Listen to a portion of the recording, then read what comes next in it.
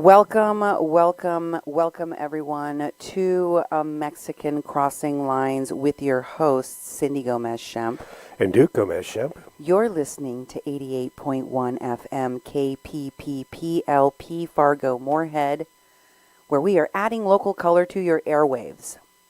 And tonight, I am continuing a topic of conversation that it's hard for people to have conversations about sexual predators, especially when they have been propagating in Indian country, when they have been protected by so-called leaders in Indian country.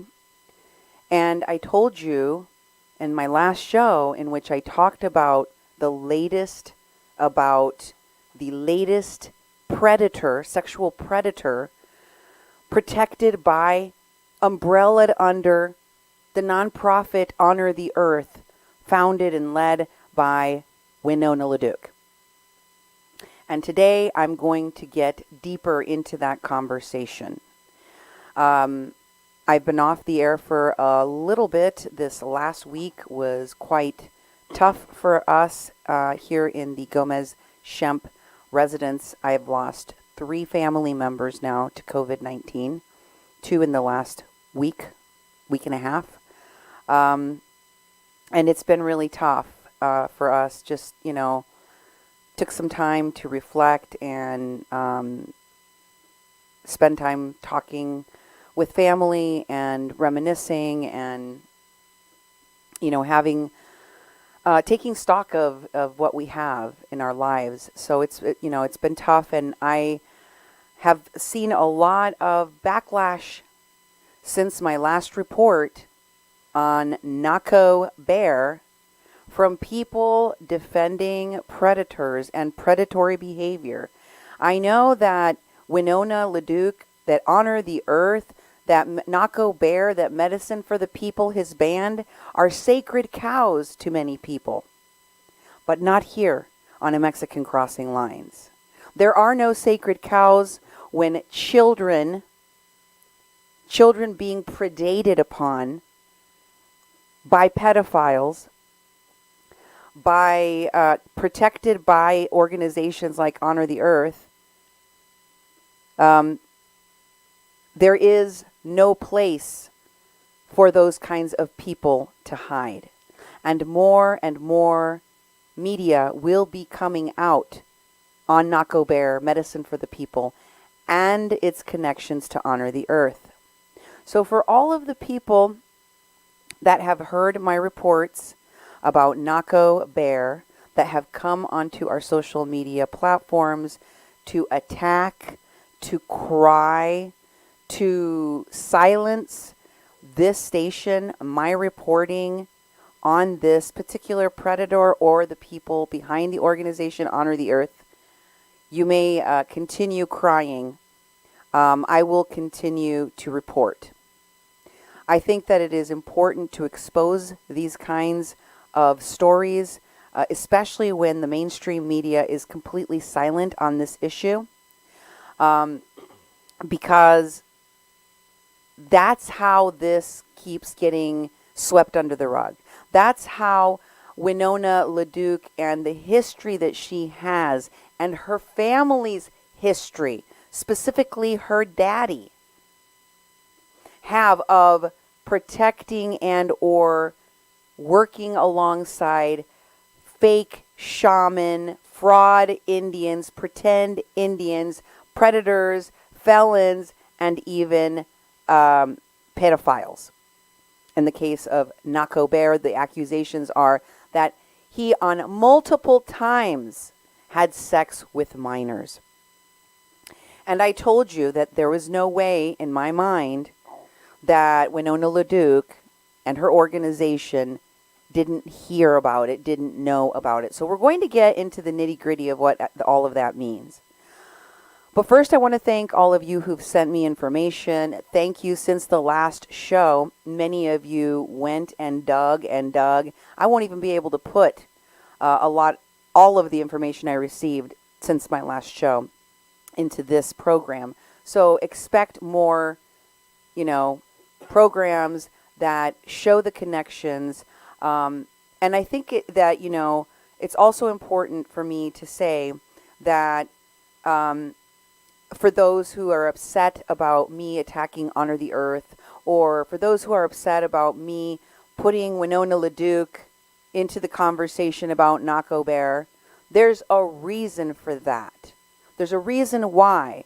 It's not guilt by association. It's guilt by cover-up. It's guilt by silencing. It's guilt by giving agency and protection to predators which have a track record of doing this for years and years, and in some cases even decades. And so thank you to everyone that has sent their support, that has sent their messages, that support the work of our station, that share our shows. Thanks to all of you. Duke, how can folks get hold of us? Well, they can get hold of us in many different ways. Yeah, I really appreciate that people follow us and participate in our shows. It's been a week and a half since our last show, and it's good to be back. Good to see everybody. Spread this around. Share, so more people can watch this very important program. The last program, go back and watch that. It's on YouTube and on Facebook.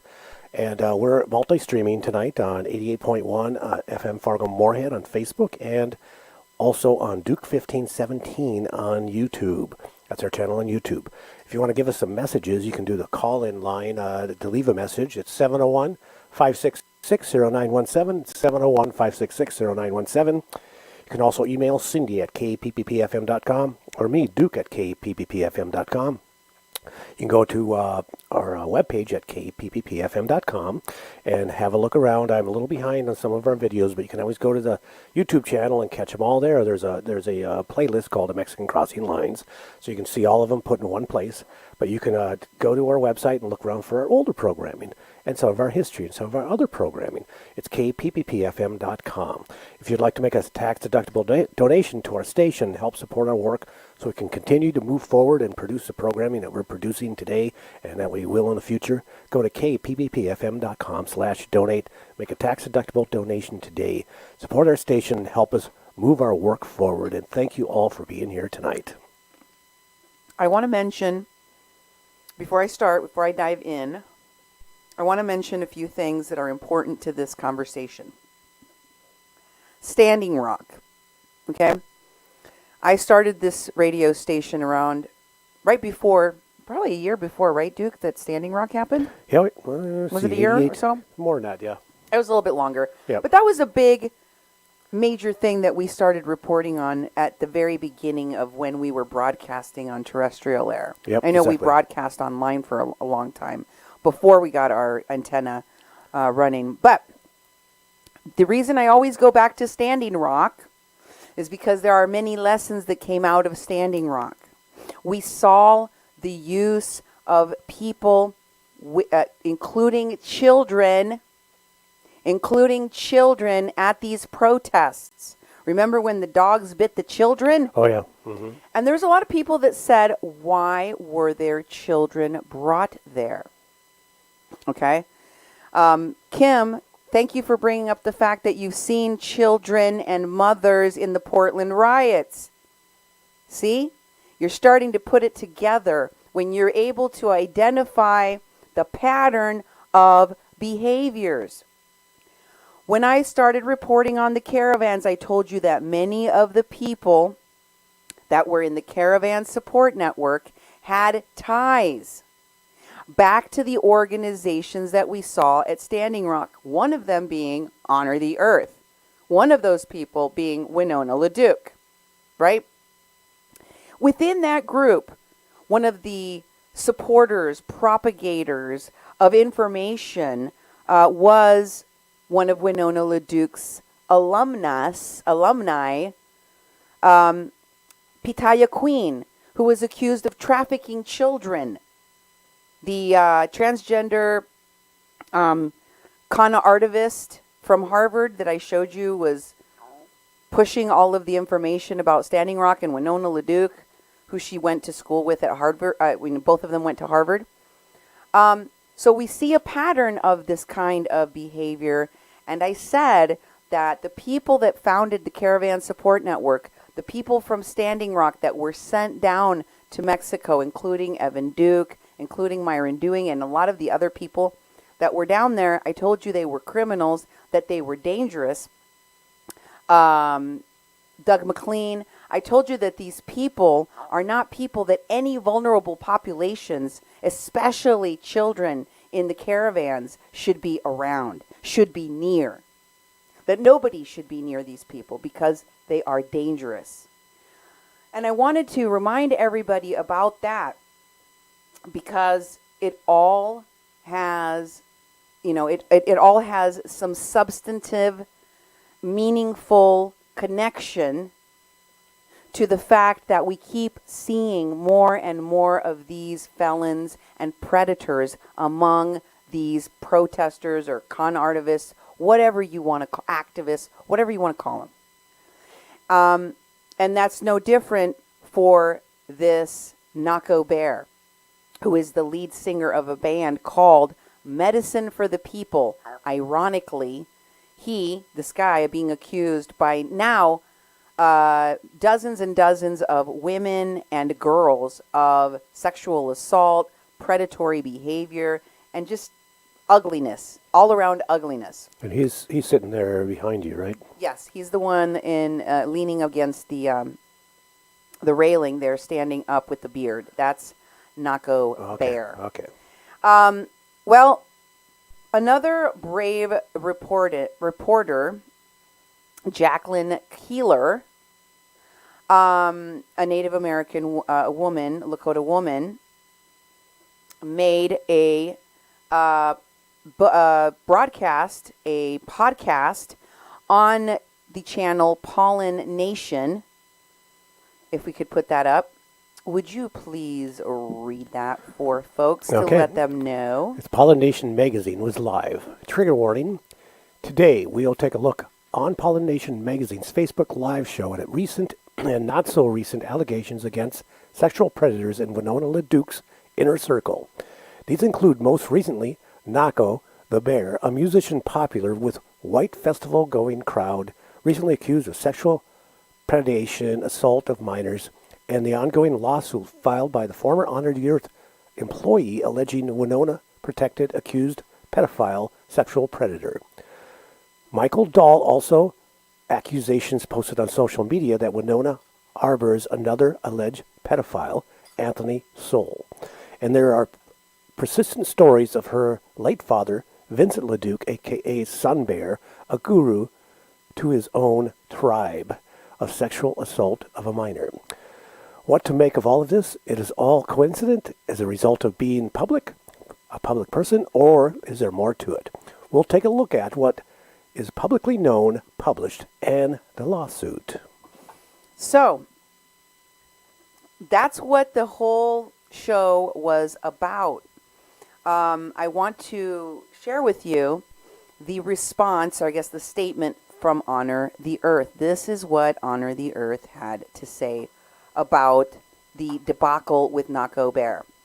They posted this just 4 days after this story came out, after all of this information started becoming viral on social media, the multiple accusations, etc., which is also around the same exact time when Nahko resigned from the board. So up and until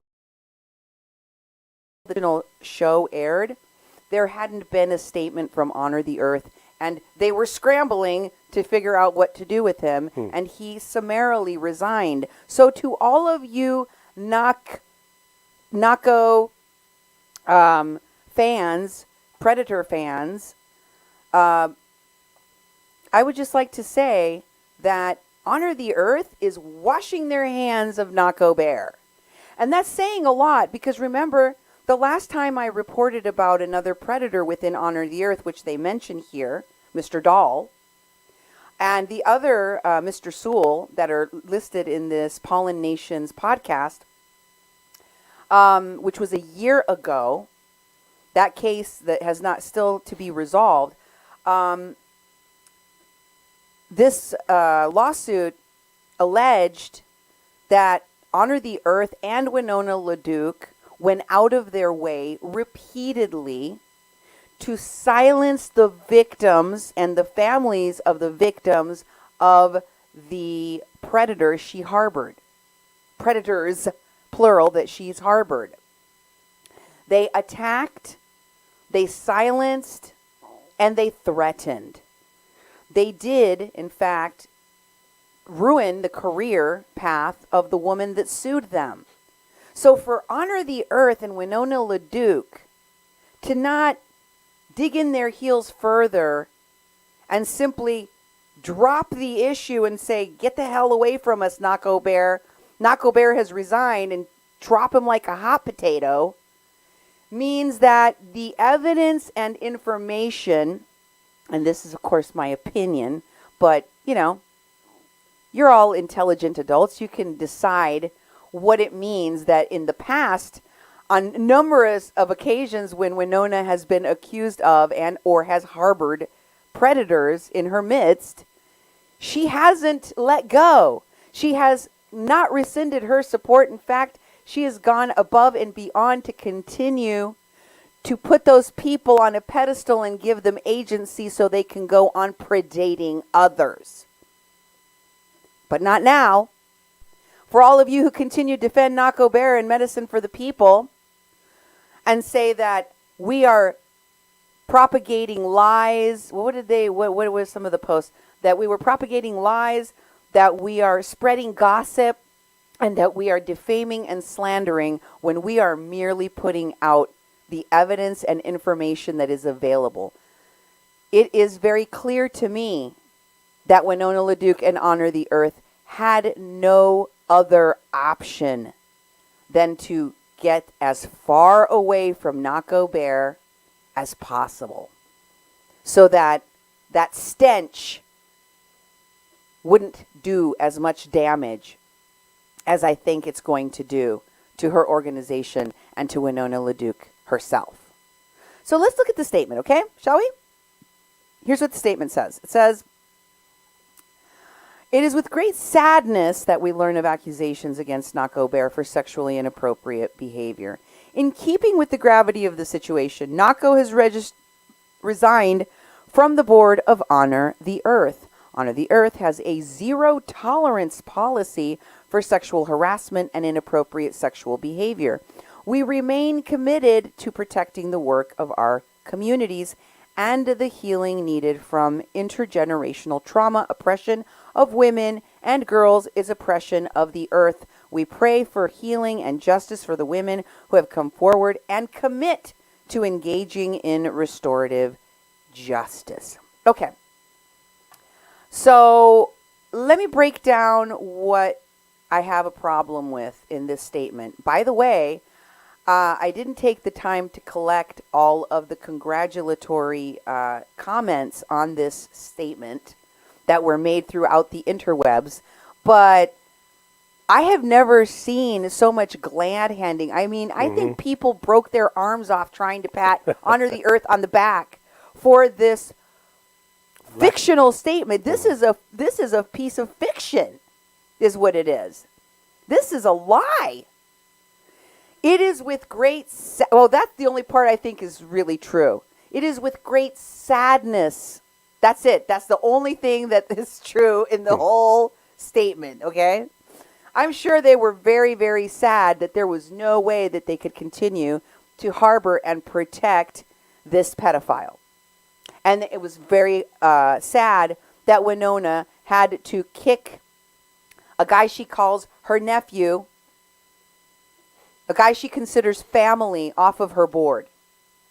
And then she says that it is with sadness that they learn.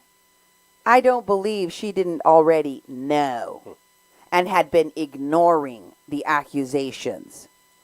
In addition, the second paragraph she says, or the next sentence she says, "In keeping with the gravity of the situation, Nahko has resigned from the board."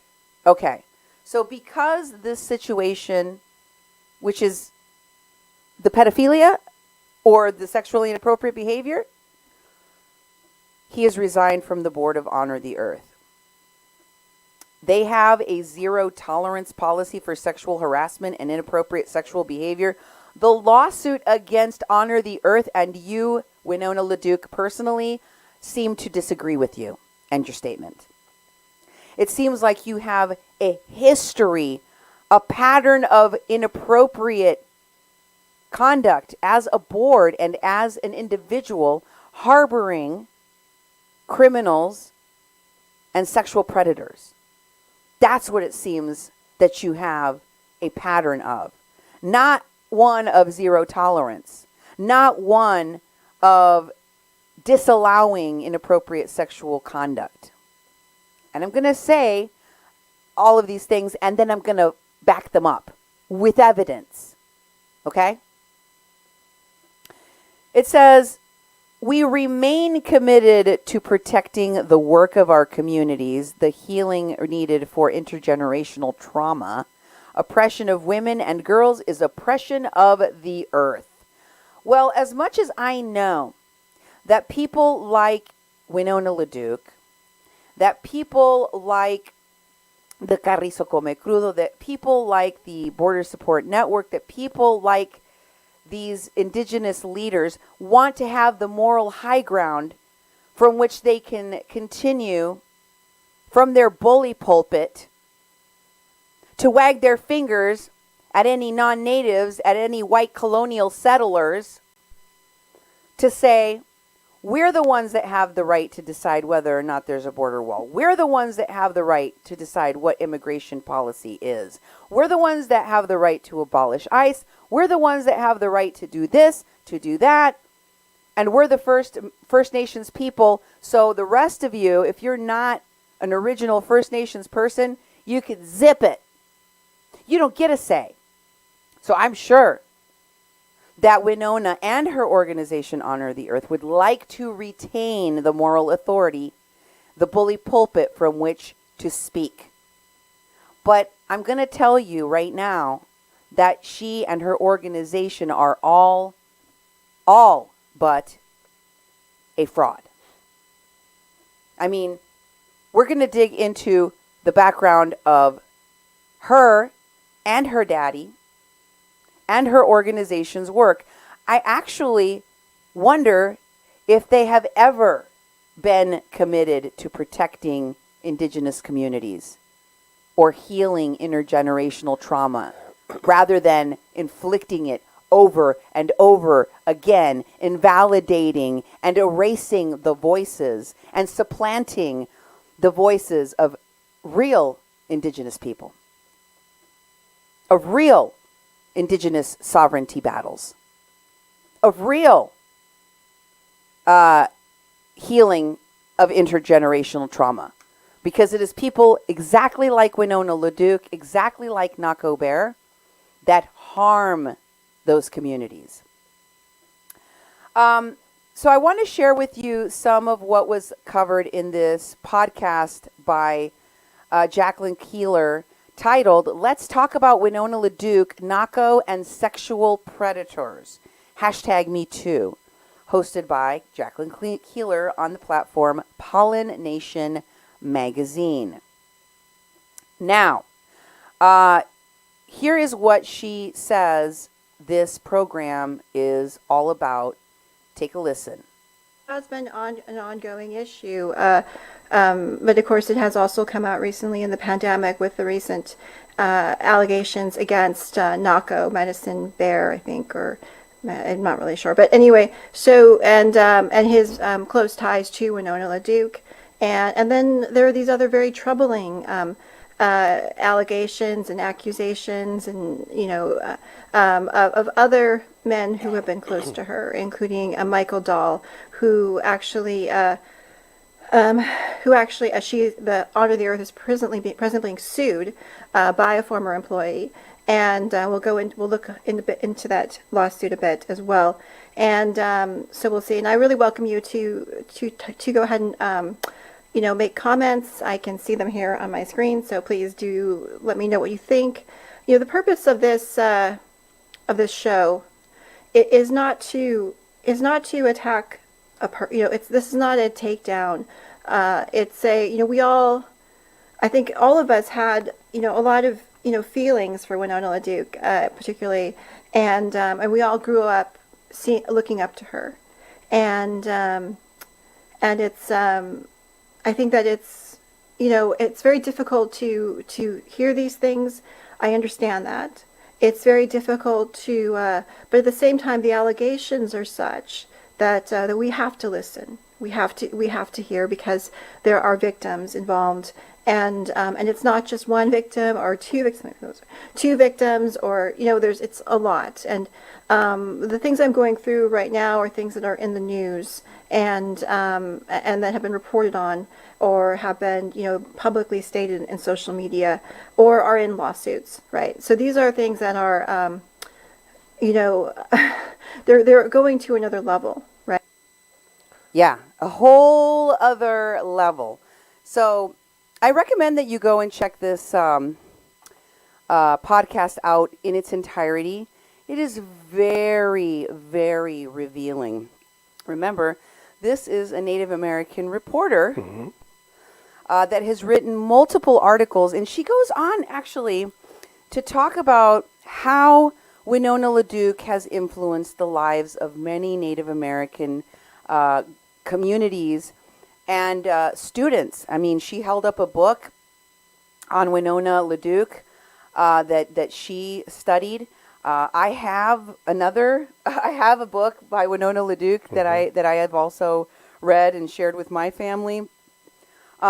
She plays a pretty prominent role especially in the Minnesota area, with a lot of foundations and social justice activists groups and trainings and stuff. And Jacqueline Keeler, I've been following her since Standing Rock, and she ran a few pages that dealt with Sacred Stone and Standing Rock, and so I've always thought that she's pretty solid.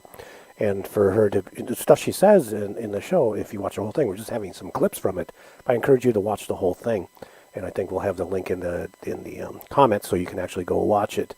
But she digs into stuff that's publicly available. She didn't mention us. We had just done a show on similar subject matter with similar, quotes and different things. But she goes a little bit deeper into lawsuits, has all sorts of visuals. I think it's a very quality program. And I wanted you to talk a little bit about how white funders are really in love with Winona, because I came to know Winona a lot through white organizations and white activists and executive directors really promoting her. And I think that there's something to be said about the fact that white organizations and funders really love people like Winona, and her organization. What has been a phenomenon in this country for quite a long time is that the love for the Indian, and it's created opportunities for fake Indians to come forward and be fake Indians. It was happening in the 60s, all the hippie stuff around rituals and, ceremonies and, the way people dressing. And it's carried through into the festival culture, to be an Indian for a day and things like that. And, the white foundations, because most of the foundations are white foundations, the people that actually contribute to them are liberal white people that have money. Not all of them, but most of them that, give the larger donations. And they don't have a clue. And it's easy for them to get caught up into someone who has this charisma and looks the part and rides horses and does wild rice and speaks up for the sacred land, and speaks up against big, huge energy corporations. It's quite a draw, because it makes the foundations look good, like they're really fighting these things in society that need to be fought. Yes, and that's a problem. Because, again, I think that these voices are usurping the voices of other people. Yep. Listen to how just the participation in this festival culture, propagated and promoted by Winona LaDuke, Honor the Earth, and Nahko Bear and his medicine tribe. Listen to this. His band. And I don't know if many of you are familiar with Nahko and I think he's called the Medicine Band Tribe. I'm not really sure. And he's quite quite famous. He was famous before he became, he did a song about Standing Rock. If you go on YouTube, it has like 2.5 million views. He's very popular in the festival circuit. He claims to be part Native. He claims that he was adopted into a white family. He's multiracial. He claims to be he's Puerto Rican, Filipino, I think, and then also says that he's part Native. I think Apache, and he's also said Navajo, and then there's sometimes he said Cheyenne, right? And so his name Nahko is Cheyenne. He says for bear, and that's his name, the bear. And so he claims that he rediscovered his birth mother here in Portland, Oregon, where I live, and that he found out that she had her mother, his native grandmother, was a pimp and had prostituted her daughter out, and a few daughters, and that's how he came to be, and this is his story, right? And so this story was, I think, reported in different news outlets, but it's never been fact checked. We don't know, and I think that's we don't know if this story is true, but this is the story this is his origin story, and I don't know. I find it. I think that if a native grandmother was a pimp, I think that should be fact checked. I think before we are burdened with that, we should know if that's actually true or not. But this is the story that he tells his followers, and his followers are largely his fans are largely white. If you go on YouTube and watch some of the videos, you'll see a lot of white people dancing around in his videos and doing that kind of new agey hippie festival type dancing, and that's his audience basically. And he does a lot of songs. He has one that's actually has a lot of Lakota things in it, and then it's a lot of self-help stuff too. So it's pretty interesting. But it's to me, watching it feels, I don't know, watching all these white people do their little dance they do, and talk about it's very. I can't relate to it as a Native person, quite honestly. And the use of my dad's language feels weird and appropriative, quite frankly. And so I wasn't that comfortable with what I was seeing. Okay, there's a lot to unpack there. First of all, she talks about the fact that Nahko Bear, as you may recall, talked about how his grandmother trafficked him. That basically he calls his grandmother a pimp. Yeah. And could you tell, that Jacqueline Keeler takes umbrage with that? Mm-hmm. She's like, she's not calling him a liar, but she kind of is, and she's saying that it's not verified. None of the things, including his heritage, are unverified. Here's one of the comments from the people watching this podcast when she said this. A woman by the name of April McGill responds by saying, trafficking stories of ancestors or pimping is the new story to dilute questions about lineage. We know from our ancestors that it's a tradition to ask each other who our family is. I get tired of these fake Indians saying it's a form of lateral violence when we ask who their relatives are, what their family names are.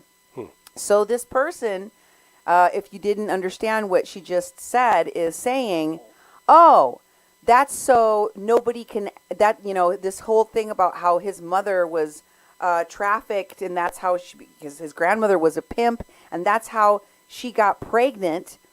Which, he's repeated here in this article. You can see that he was adopted by a white family, a middle-class American family in the Northwest, and that he was unaware of his background for many years. He left home as a teenager, hoping to discover his past. And it said that his mother was forced into human trafficking, and his birth came as a result of a rape incident. Well, it's pretty hard to find out what your true lineage is if your grandmother pimped out your mom and she was raped, right? Yep. That'll shut down the questions real quick. Mm-hmm. And of course, we can never truly know the answers. And you're being an insensitive, rude jerk if you're asking any questions about Nahko, about his background, about who he really is. And, this is very damaging what he does, in addition to being appropriative, where they're all being pretend Indians. Remember, she said most of his fans are white people that love to play Indian. One of the comments here was by a person saying that they understood that Nahko's music had been helpful to motivate people, but that he didn't have connections to indigenous resistance, that he keeps calling this place Cascadia, which is incredibly damaging to indigenous people trying to organize. And someone responds with anger, motivate? I know he motivated pretend Indians to appropriate mangled Lakota prayers and to become pan-indigenous pretend Indians like Nahko. So all that he promotes is more of what he is. That's what that person, Catherine, responding to this idea that at least his music was motivational. No, it was motivating pretend Indians to pretend Indian, okay? If this feels and sounds a lot like other predators I've reported on, like Red Wolf Pope, it's because it is. It's because it is. And let me share with you from this documentary, from this show, this podcast that Jacqueline Keeler did, that she researched a documentary film about Winona LaDuke. And here is what she put in the documentary. This, by the way, is a documentary that is just about to come out, okay? It just came out. So it was filmed recently, okay? It was filmed after Standing Rock, featuring Winona LaDuke. And this is what she put in it. Winona LaDuke put this in her own movie about herself.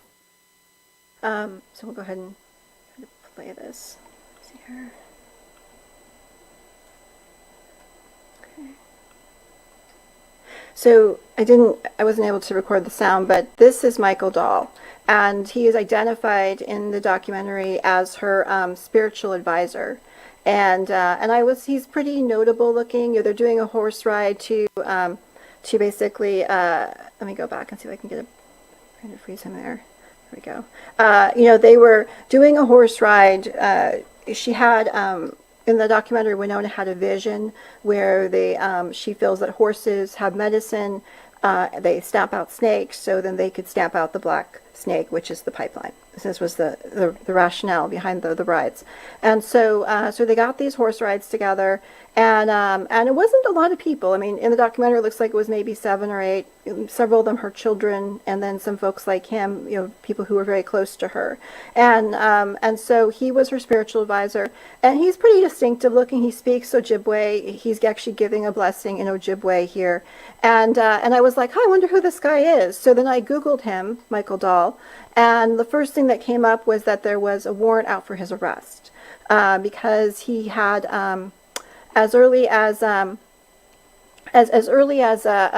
actually in January of 2017. So I wrote this article in probably spring of 2017. He had been, someone had driven by his property on the White Earth Reservation, and in the field there had seen horses lying dead. Another tribal member had seen this and reported it, and 3 horses had died. They had starved to death, and 2 of those horses had been on this horse ride. So 2 of the horses whose medicine was used in a ceremonial way to fight the pipeline, he starved them to death. And they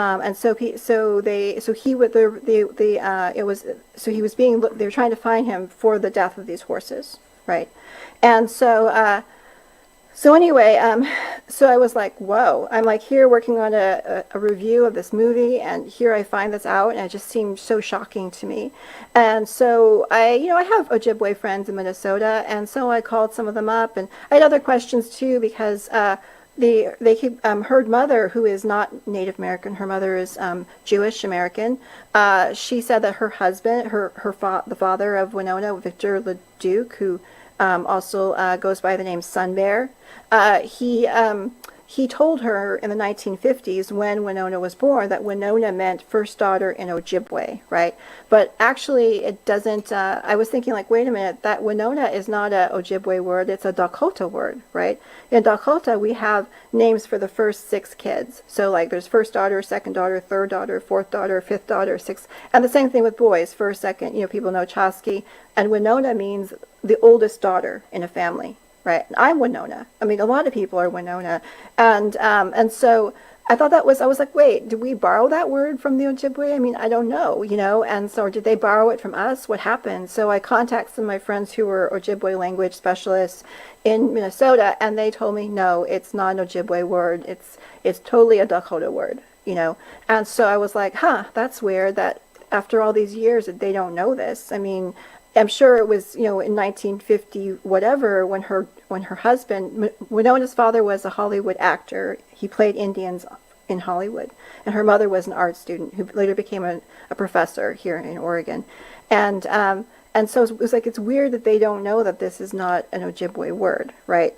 And so, but anyway, so I asked my Ojibwe friends, and they referred me to people in White Earth. So I talked to some folks from White Earth, and they told me that the reason why he had fled and they couldn't find him was because there were accusations of pedophilia against him, that he was the Ojibwe language instructor on the reservation in the schools, and that he had been molesting children. And this was the first time I heard about this, and I was just like, what?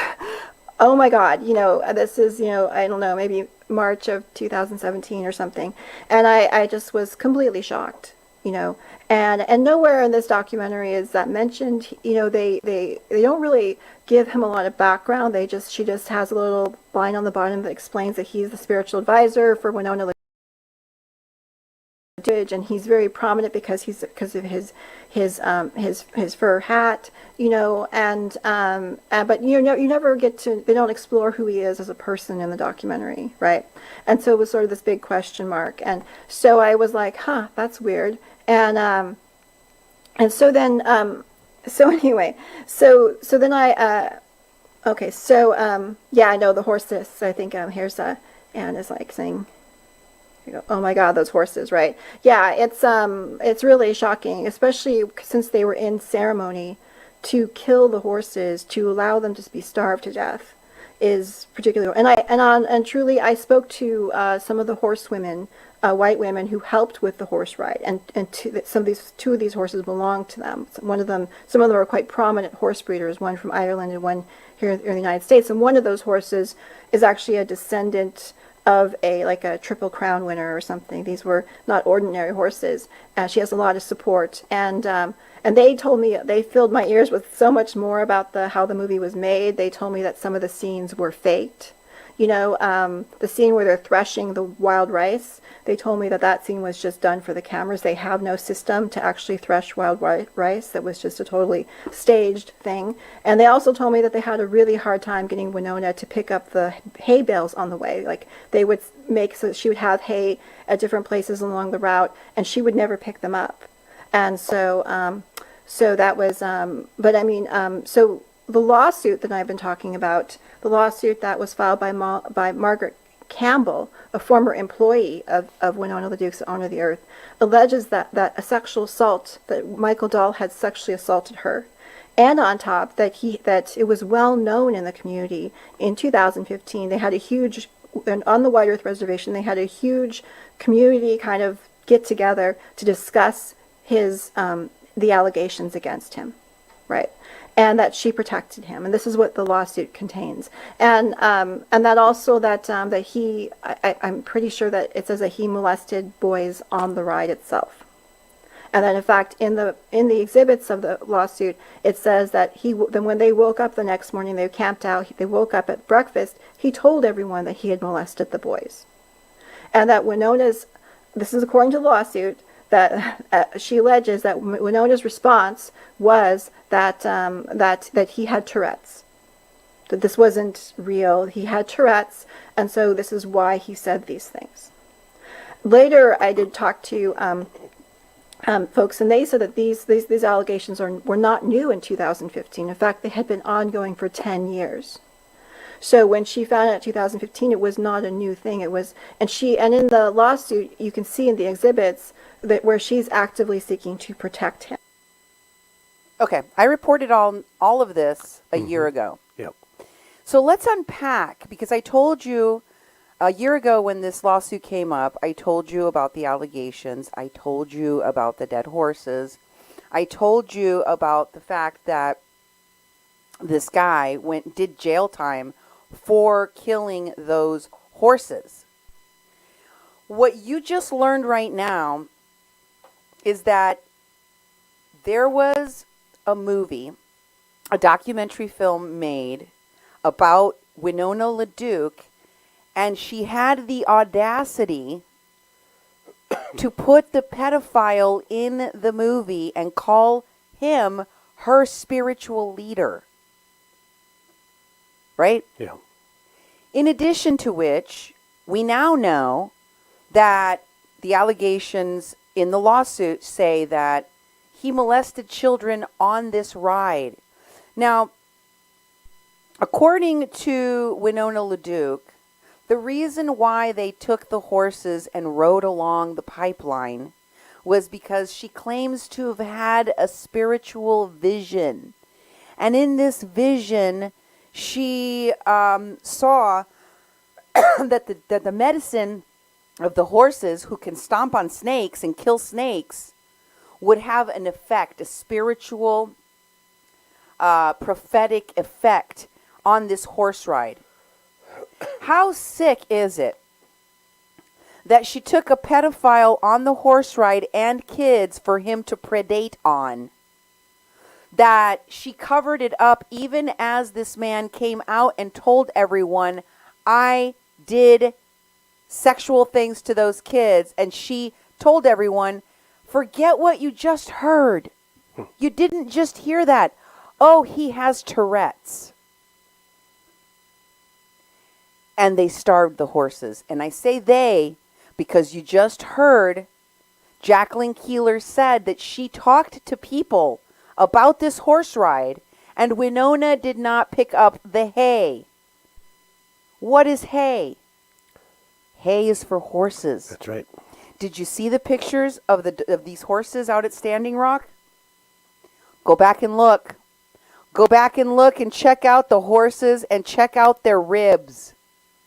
Check out the horses and check out their ribs at Standing Rock. They were using these horses because there was a spiritual prophecy she needed to fulfill that included predators and starving horses. This is what Winona LaDuke and her organization do. It goes deeper than just covering up for Nahko Bear. You understand? It goes deeper.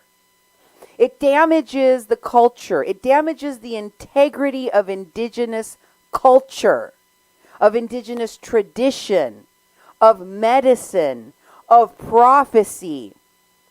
It smears it. It sullies it. That's what Winona LaDuke does. Here's a comment about Michael Dahl, who she prominently featured in her film. It says, Michael Dahl is not credible. His history with boys on the White Earth Reservation has been going on for decades. No one says anything because Mike is a fake medicine man. Plus, his treatment of the horses he had in his care, it's true, they starved and he did jail time. Wow. Duke, your thoughts? That is like, we reported on this and we've read this before and we see it in multiple places, but it's just astounding. Just astounding, especially that he admits things out loud for someone to try to make you spin your head backward. It's just so incredible that I used to believe in Winona LaDuke so much because I got bought into all her fame and her representation. And when I look back and I listen to Jacqueline, her program, in fact, it jars some things that I think back and I go, yeah, I remember thinking that White Earth Land Recovery Project was doing all this great stuff. And then she reports that, yeah, Winona never ever gave the land to the tribe. I'm like, what? So she's been a fraud since the beginning. And don't forget, at the beginning of this pandemic, didn't they have an online concert with the Indigo Girls to raise money? Yep. I mean, they're Yeah, always and they raised constantly- $200,000. It's just this recent, and Indigo Girls, has worked with Honor for the Earth. I've been to their concerts here in Fargo Moorhead in the past, and it's like they raise all sorts of money, and that's I mean, I mean, are you surprised at the animal abuse? Are you really surprised at the animal abuse when you know that these people have, their festival culture with, that there's children involved, that there's predators, sexual predators involved? Is that really that surprising? But that's not all. A woman who was either employed or closely connected to Winona LaDuke and Honor the Earth by the name of Lorna Haynes also made accusations that Winona LaDuke bailed out of jail the man that beat her to a bloody pulp. Here's a post about that by one of the people watching this video, this podcast, in which they talk about the accusations by Lorna Haynes that Winona LaDuke protected boyfriend by the name of Andy instead of Lorna, who was her employee. I got that right, I guess. Mm-hmm. Lorna was beaten by Andy and thrown out of a car. They threw her out of a car and left her in the road out in the middle of nowhere after beating her within an inch of her life. Guess who paid the bail? Winona LaDuke. And then the same woman, Betsy, also mentions that LaDuke makes hundreds of thousands as the figurehead of Native society. Nonprofit money supports her travels. It's a big spider web. And Margaret, the woman that made this lawsuit, is just a small bug. In the scheme of things. There's always more ugly things if you just look a little further. Do you still believe the Honor the Earth statement that they will continue to work to protect Native communities and whatever the heck they said? I mean, it's just a lie. But there's more. There's a reason why Winona LaDuke is the way that she is. And it's because of Vincent LaDuke, her daddy, who also has a white mother, who also is a pretend shaman, like this Michael Dahl person that was predating on children. Let's take a listen from the video, the podcast, what Keeler discussed about Sun Bear. And it was in this context that the allegations arose of sexual misconduct. You can go to, I think, New Age Fraud. That's an old website. They have a lot of different, you can check on people and see what check out what people had to say about certain folks. And there's a lot about her father, Sun Bear. He was actually, pull up another picture here. He was actually let me see her. He was actually quite controversial because he was actually. Let me get this one here. Take this one down. He was actually accused of selling Lakota ceremonies. This is actually Winona with Michael Dahl. I didn't pull up any pictures of Sun Bear. I'm sorry. I can maybe look some up. But So he was actually protested by AIM in the 1980s. He was selling Lakota ceremonies to white people, and Russell Means was out there protesting him, and so that was sort of and then also he was accused of the accusations that you can see at New Age fraud is in New Hampshire. He was alleged to have molested a 16-year-old girl, right? And there are other allegations, but that's probably the one that was the most documented, right? And so, you know, he was a guru. He lived with a whole bunch of people who thought that he had all the answers. And when you live in a situation like that, I think that it's, you know, you don't have the same checks on your behavior as you might have, right? And you have to think, like, how strange would it be, you know, to be, you know, I don't know, whatever, you know, to know you're part Native, right? To be raised in a white family. You know, her mother married another a white professor, so she was raised by two professors in Oregon, and both white, and to have a father who is Indian, but he's a guru, right?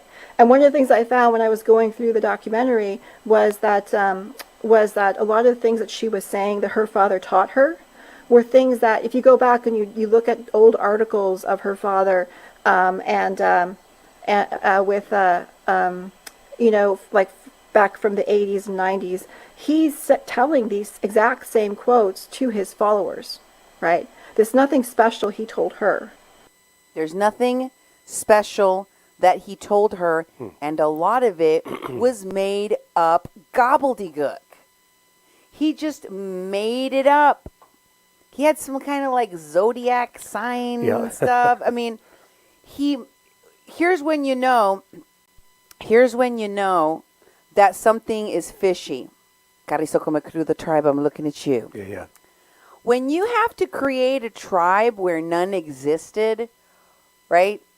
And the majority of your followers are white people and pretend Indians like Nahko Bear, there might be something wrong with your tribe. Okay? I'm just saying.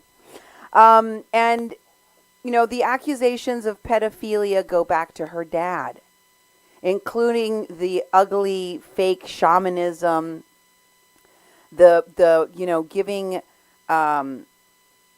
these camps, these ceremonies that he held in New York.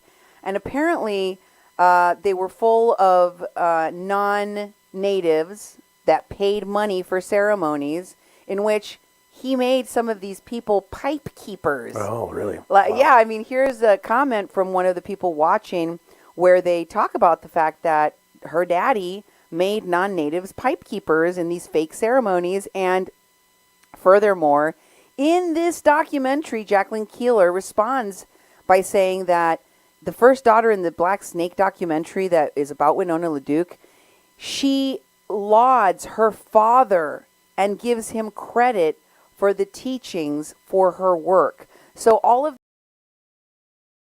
this from her pretend Indian, fake shaman, cultist daddy is the foundation for Honor the Earth, and the stuff she's doing now, it can't be good. And this is what Jacqueline Keeler says about what she told people in this documentary. She was trying to whitewash the past. And of course, she would have to whitewash the past because she never grew up on the reservation. She never was at White Earth. She never grew up around Native people. She grew up in New York. She grew up in Oregon. She grew up far away from Native life and Native tradition. And the reason why was because her daddy was a teacher of Ojibwe language on White Earth, and he was diddling the children. They ran him out of town on a rail. There was still criminal investigation into his diddling of children when he died. This was not a good man, and she was still okay in a movie that was made about her a year or two ago. This is what she wants in her legacy film, Winona, the first daughter and the Black Snake. Yeah, and it's like, you know, like I said, the extent that the fake Indian has gotten, and it's giving people a lot of cash. You know, the whole Standing Rock was the prelude to a lot of the stuff that's even as to activism. And we're covering these things on KPPP LP 88.1 Fargo Moorhead, because it's really important to get this information out. We didn't want to continue reporting Standing Rock. We thought it was kind of over once it was over. But it seems like it's never over. Well, no, and there's so many connections to the bad actors and to the bad actions of these fraudulent people. There's a lot more to be uncovered. There's a lot of whitewashing and hiding and, sweeping things under the rug, because this isn't just about one sexual predator. These are multiple complaints. And it's not just about Winona LaDuke individually, about her work at Honor the Earth. It's about the body of her work. Guess what else she was involved with? Winona LaDuke decided she was going to found an organization called the White Earth Land Recovery Project. Now, can you explain what happened with the White Earth Reservation land? Because it got parceled out and people that are non-native began to buy it, and it became this whole thing. Oh yeah, if you study the all the different policies and laws that were passed, to make Native people lose their land base, actually creating reservations in the first place, forcing natives across the Mississippi River, all the different acts that have went to kind of undo indigenous people having any culture. Once they had reservations, they made people competent or incompetent. If you're more full-blood Indian, you were incompetent. If you had more white in you or you're connected to white people bloodline, you would be given title for your land. And what people did is they came and they bought the land, or they gave you a piece of land you weren't even part of, way over there. You're living over here, and people offered you money for it. So, and on White Earth, a lot of it got checkerboarded up. There's towns in the middle of the reservation that are just white people's towns, and then there's towns that are just native people there with no doors or nothing. And then you go to like Detroit Lakes, which is a booming, big city. And you go to these other places, Monoman, that has a casino now, and it's bringing in all sorts of money, but that's for the tribe. But the town itself, it was mixed, white people and indigenous people. So there's a lot of land that's been bought by white people since the late 1800s that checkerboarded up White Earth Reservation. And the goal of the White Earth Land Recovery Project was to buy it back and give it to the reservation. Yeah. Give it to the native people. Supposedly. I thought it was, when I first heard about it, I was like, wow, that's a great program where they would buy the land at the commercial price, the going price, and then give it back to the tribe. So buying the land back, give it to tribal and have their land mass back. I thought that's a pretty good thing, but wait till you hear what really happened. Wait till you hear what really happened. Also, I want to thank Miss Red Badger, who is having the most aha moment of her day so far, learning all the things about Winona LaDuke's daddy, Sun Bear. She says, with her gift of $10 for our station's work, "Holy, I never knew that her dad was the Sun Bear dude. The more you know." Yes, we're doing PSAs over here all day, every day. Da da da da. The more you know.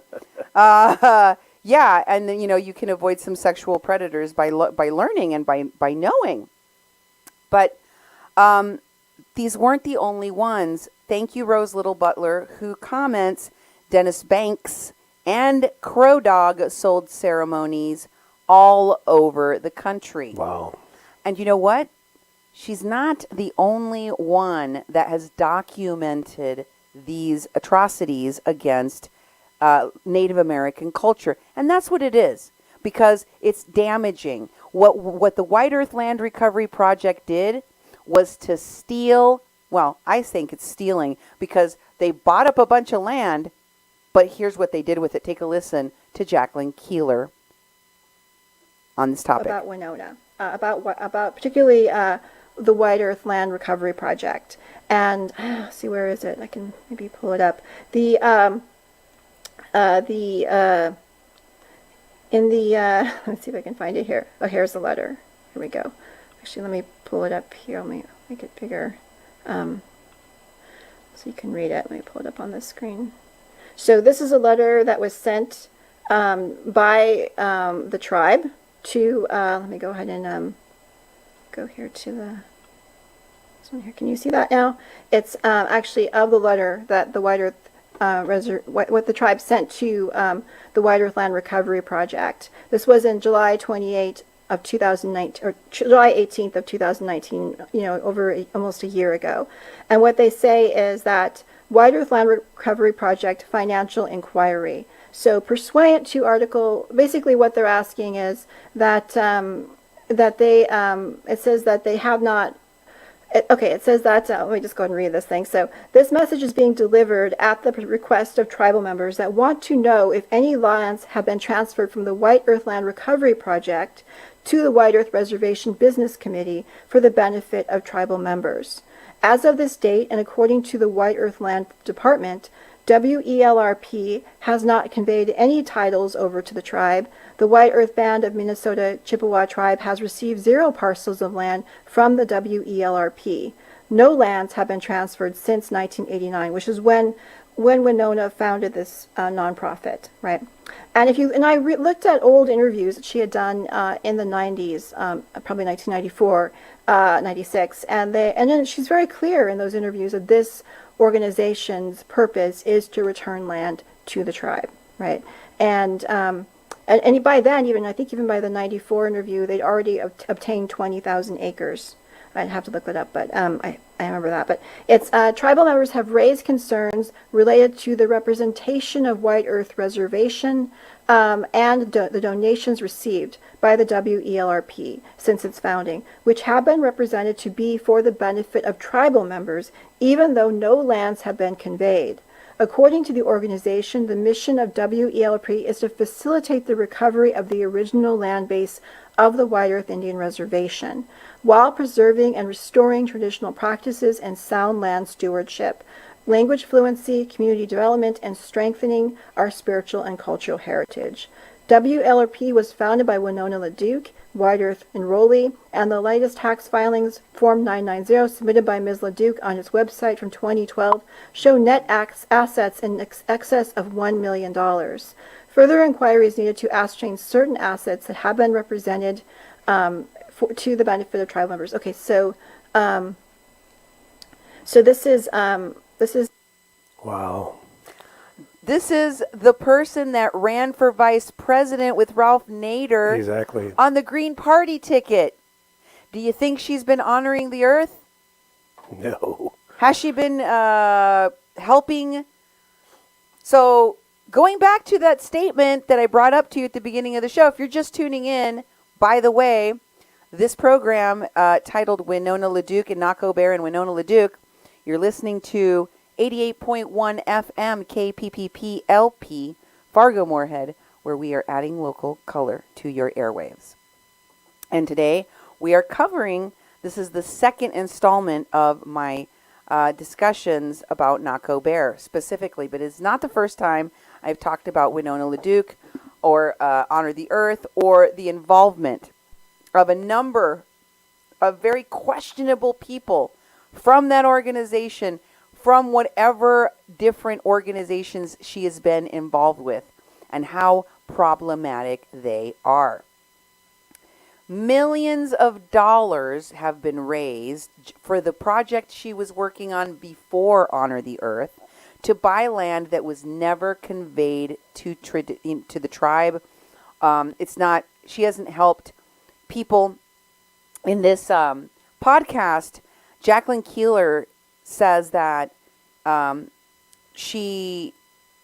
LaDuke grew, the land that she's purchased where she's living is very close to some place, I don't know if it's like the projects or some kind of like housing development or area that's quite poor, where a lot of Native American kids, many of them who appear in a documentary about the poverty in this particular area, talk about how, they grew up feeling like they were invisible, feeling like they didn't matter to anyone, and that surviving that and being able to,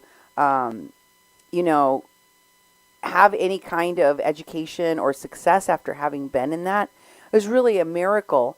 And Winona LaDuke has been living in that area a stone's throw from where these boys grew up with such horrible lives. And she hasn't noticed, she hasn't done a single thing to help the people right in her vicinity. That's what Jacqueline Keeler points out. But that's just one of the things about Honor the Earth, about the White Earth Land Recovery Project, and anything that Winona LaDuke associates herself with that is questionable, seriously questionable. And many people have been asking and talking about these things, including this comment where a person by the name of Mr. View states that they want to know why Winona has been quiet about racist gatekeeping by liberal white supremacists in the so-called Pacific Northwest when she was told about it. Why she teamed up with Spring Creek Project and others to further invisibilize indigenous resistance. There's been people who've asked me, what is the point?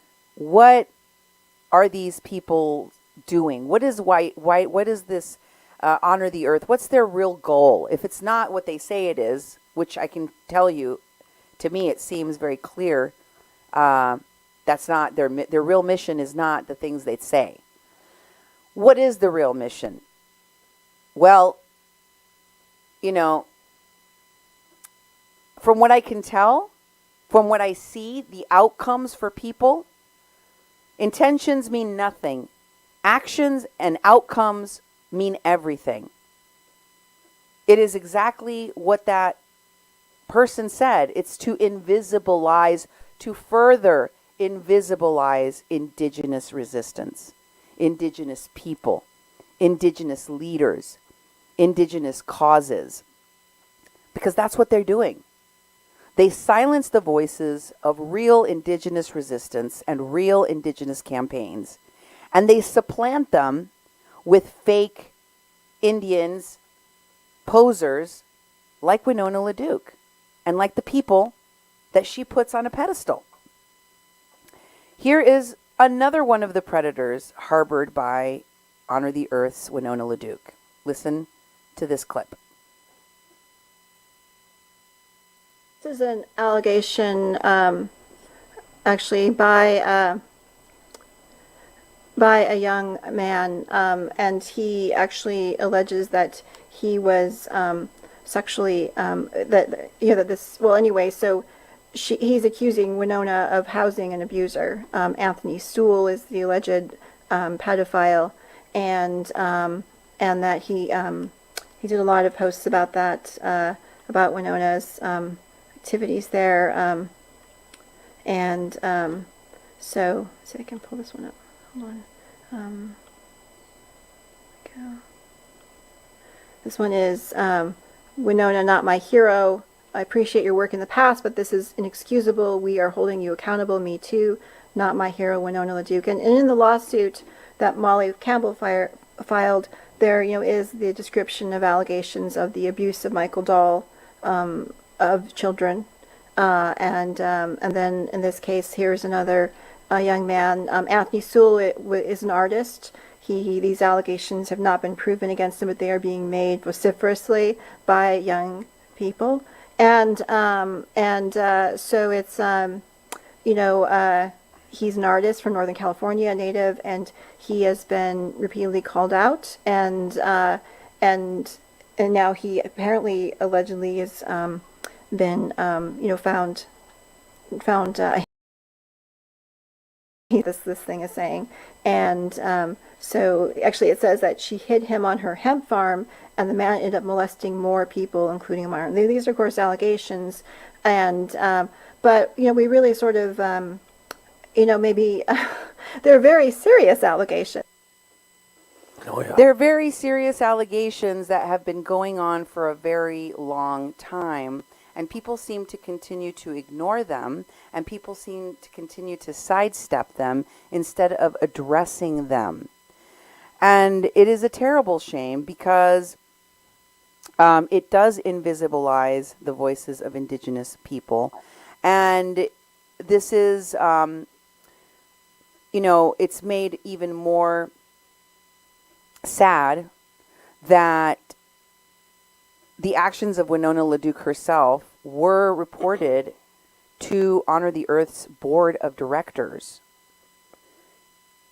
And this was done back in 2015. I'm going to read to you from a letter that was featured in this podcast that was posted to the Angry Ojibwe Women's Chronicles on February 19th of 2015. It says, to Winona LaDuke, Honor the Earth Executive Director, Board of Directors, White Earth Land Recovery Project Board of Directors, Honor the Earth's Advisory Board. We greet you as relatives seeking to proactively address the pervasive horror of sexual violence within the Native community. We write to you because we are deeply disturbed by your response to learning of sexual violence within Honor the Earth. We address this letter to you, Winona, and the board of the White Earth Recovery Land Project and Honor the Earth, because the manner in which accusations of sexual harassment and sexual violence are handled has grave and profound implications for our cultures, ways of life, and the future of our communities. The choices an organization and its leadership make can either reinforce a climate in which the voices of victims and their supporters are silenced, or help bring about a world in which those who are brave enough to come forward are supported. Your organization's actions to minimize and excuse the allegations against Michael Dahl based on your personal relationship with him is disrespectful to victims in our communities. First, your actions are disrespectful toward the mother who stood publicly for her son, a victim of Dahl, at a Minnesota Indians Women's Sexual Assault Coalition feast in White Earth. She had the courage to refuse gifts from a bundle offered by Dahl. Your actions have also been dismissive of the young woman you employed who brought forward sexual harassment allegations. The account of the employed who brought the mother of the victim was shared with Winona LaDuke and Honor the Earth staff by Bonnie Claremont and Lorna Stevens Hunter, not to invite questioning of the legitimacy of these claims, but to enable Honor the Earth to act appropriately and to stop endangering the community by employing in a position of power the named predator Michael Dahl. As women, we already experience the endemic nature of misogyny, harassment, commodification of women and children, and violence against them in our communities. When our own Native organizations continue to dismiss reports of sexual violence and sexual harassment as insignificant, we contribute to the colonial climate of fear and hopelessness. The nature of the sexual violence that occurs in our communities can be devastating. We know that when perpetrators are not held accountable, victims are at a much higher risk for suicide, drug addiction, homelessness, young people who are already at risk of being deeply traumatized when adults who purport to be community leaders and activists cause them harm, which becomes particularly relevant when youth flee our communities and become at risk for prostitution, trafficking, and prison.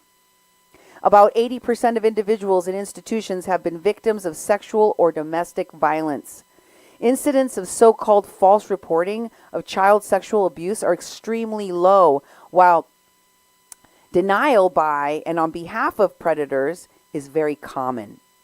Denial, dishonesty, and deceit are the most insidious responses to reports of rape and sexual abuse because they condone or ignore the serious harm that is happening.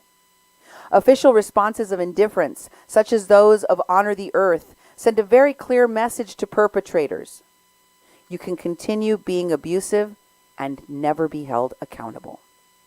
Moreover, when organizations and their leadership publicly question the reports of sexual abuse and take punitive actions against those who stand with the victims, we are sending another clear message. We will deny and silence you when you come forward to seek support. Rather than silencing the victims or discrediting allegations, we advocate the following approach for Indigenous organizations who are receiving reports of abuse. 1. Take a victim-centered approach. Act in good faith toward victims who come forward. Do not minimize, deny, or say he shouldn't have done that. 2. Help give control back to victims and acknowledge their right to control over their lives. 3. Contact victims to provide them services or offer help, but do not interrogate them. 4. Validate the victim's courage to disclose and also the bravery of their families. 5. Hold offenders accountable. Since we know criminal justice systems often cannot properly do this, we must recall our traditional forms of justice, such as shunning and boycotting. I won't go into reading the whole thing, but there's a lot more. Obviously, this is not an organization. This letter, again, just for those of you who missed me telling you the date, comes from 2015. It is now 2020. This is not the first time that this so-called leader, Winona LaDuke, has been held accountable, has been called on the carpet for harboring predators that harm Indigenous youth. And yet, there's a movie coming out about her soon. Yet, we continue to see the ongoing damage caused by Honor the Earth and Winona LaDuke unfettered. Here's another comment from the podcast about her behavior. Betsy also notes that if you dig into the records, Winona LaDuke will fire you, or she'll get rid of the board, or boards, depending on what organization she's talking about. If you tell her there's something wrong, you get fired. And the Indian Problem responds, she'll also slander you professionally, block you out of work, and send her goons after you. There is at least one account of assault of someone by Winona's people done in this manner. Wow. That's not all. She's a known agitator. Remember I told you? You've seen the protests popping off all over the world. You saw the way that people went to protest in Mexico. Mm-hmm. What do these people do? They agitate. And that's exactly what she is known for. Here are some comments from the podcast. One of them says that with all abuses inflicted on family and friends and First Nations people, maybe it's time to clean out our own pedo backyards and show the colonial system that they are next. I think that's a great idea. Mm-hmm. Helen comments, the entire board of Honor the Earth is liable. And Betsy says that Winona is an agitator that leaves the situation where she agitates, and our people get arrested, like Standing Rock. Yep. Yeah. Mm-hmm. And the FBI knows all about it. And guess what? I told you, just like when I was covering the caravans, the FBI knows all about it. So does Homeland Security. So does Border Patrol. So does Interpol. These folks have been watched for a long time. They're known to be traffickers of people, children, things, drugs, etc. These things were going on at Standing Rock, and now they're still going on in the protests that are going out around the country. And guess what? It's not just fake pretend Indians and fake spiritual predator leaders. It's also Hollywood, lest you forget. Remember that Hollywood has been present in all of this. Remember, Sun Bear was an actor. Winona's mama is a artist, right? She does art for a living. She married an actor that played an Indian in many movies. And of course, there's comments about her Winona's connections to Jane Fonda. I believe they spoke together in an event where Winona actually took the microphone away from Jane Fonda. Really? Yes, and Mr. View comments that funders, organizers, they want people that can talk to whites, like Winona LaDuke. Not indigenous resistance, not young indigenous female activists. And that is exactly what we saw at Standing Rock. A lot of Johnny-come-lately Indians that decided they were Indian overnight after arriving at Standing Rock, and a lot of their white allies were at the forefront of what we saw happening at Standing Rock and in protests after. One of those people who also is on that watch list for Homeland Security is Doug McLean. And you can see all of the different organizations and groups that are tagged in this video, including Nahko Bear, right? Including Jane Fonda, including Robert Redford, including Neil Young, Indigenous Rising Media, Nahko Bear, Medicine for the People, The Guardian, The Daily Show, The Daily Coast, The Daily Beast,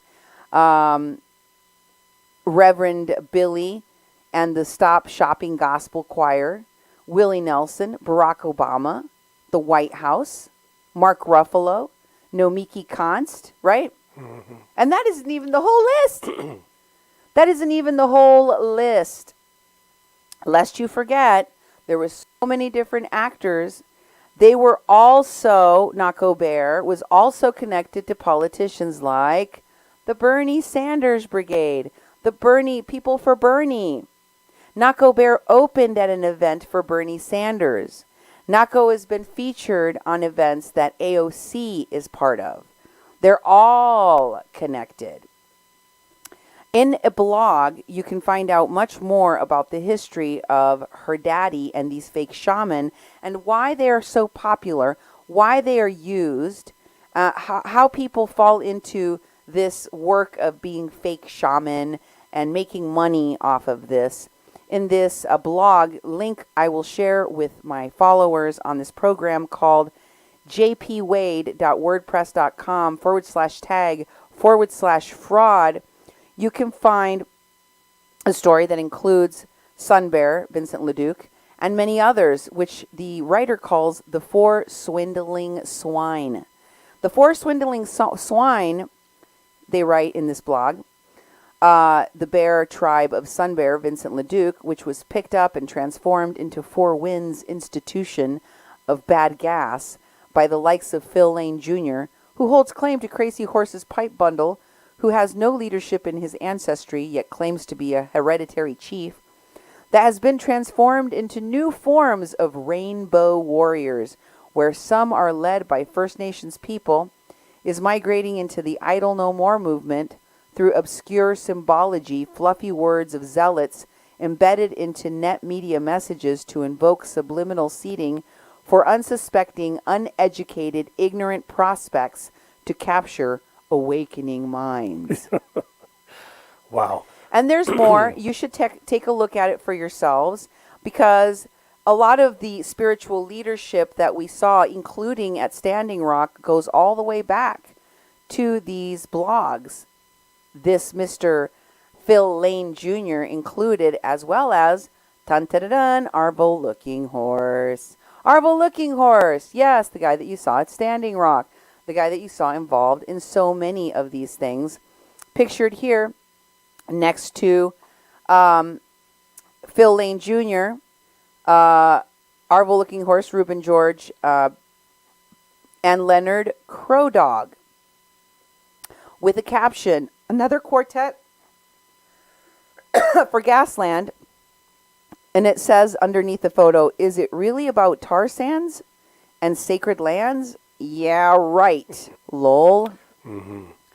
Because you have to question when they tell you that they are the protectors of the sacred and the protectors of the women and the protectors of the children and the protectors of the traditions and this and that.